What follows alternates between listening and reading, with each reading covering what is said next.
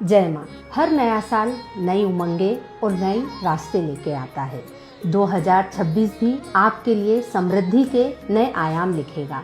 इसी शुभकामनाओं के साथ आज हम बात करते हैं कि कर्क राशि के लिए 2026 कैसा रहेगा। कर्क राशि का आत्मिक परिवर्तन है, भाग्य साथ देगा व आत्मविश्वास के पुनर्निर्माण का यह वर्ष रहेगा। प्रथम वर्ष में इस वर्ष में अगर हम प्रथम भाग की बात करें, मतलब जनवरी से जून तक का जो समय है, इस समय में आप में अंतर्मुखी प्रवृत्तियां, खर्चों व मानसिक मंथन से जुड़ा रहेगा। मतलब आपको मानसिक तौर पे थोड़ा तनाव हो सकता है, लेकिन आपको उससे निपटना है, घबराना नहीं है।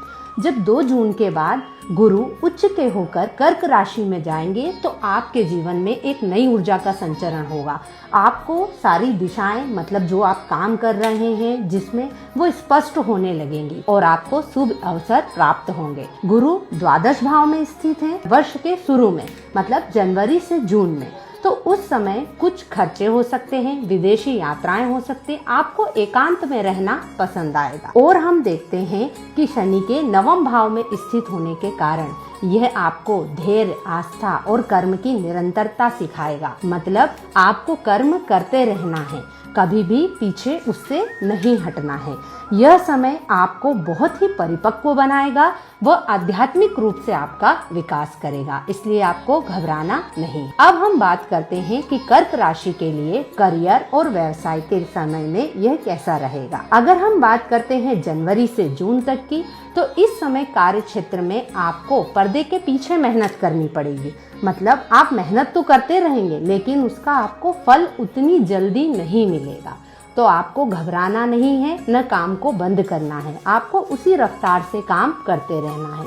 क्योंकि जैसे ही गुरु आपके कर्क राशि में उच्च के होके आएंगे, आपको इनका फल मिलने लगेगा।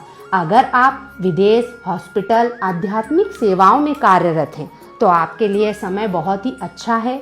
अगर आप सेवा, ऑनलाइन इस तरीके के काम नहीं करते हैं तो आप इस तरफ अपना ध्यान आकर्षित करिए, क्योंकि यह समय आपके लिए बहुत ही अच्छा रहेगा। हम देखते हैं जून के बाद जब गुरु कर्क राशि में उच्च के होकर आते हैं, तब आपके जीवन में एक नई पहचान मिलेगी। आपका आत्मविश्वास बढ़ेगा और करियर में एक उछाल आएगा। आपको नए नए अवसर प्राप्त होंगे, तो आपको उस समय तक का इंतजार करना है। अब हम बात करते हैं धन लाभ व संपत्ति के बारे में। राहु अष्टम भाव में स्थित है, इसलिए अचानक खर्चों की अधिकता आएगी। जो चीजें आपके कई बार समझ में नहीं आएंगी कि ऐसा क्यों हो रहा है। जीवन में उतार चढ़ाव बना रहेगा, लेकिन ये जीवन है तो चलता रहता है।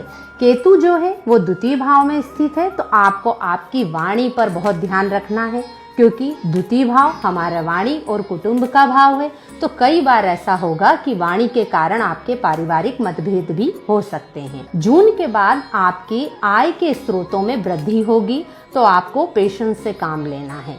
अब हम बात करते हैं प्रेम, दाम्पत्य जीवन की। तो इस समय में पूर्वार्ध में देखा जाएगा शुरुआत में कि आपके पार्टनर के साथ मतभेद हो सकते हैं।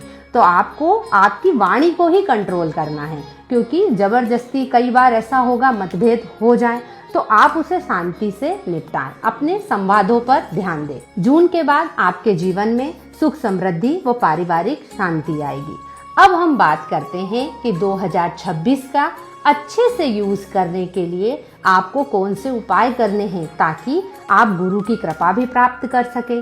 तो आपको सोमवार को शंकर जी का जल अभिषेक करना है व चंद्रमा को मजबूत करना है। हम उम्मीद करते हैं कि कर्क राशि के लिए 2026 का उत्तरार्ध बहुत ही जीवन अध्याय, आत्मविश्वास व आपके करियर में एक नई उछाल लेके आए। देव गुरुकुलम परिवार की तरफ से मैं आपको 2026 की बहुत बहुत शुभकामनाएं देती हूँ।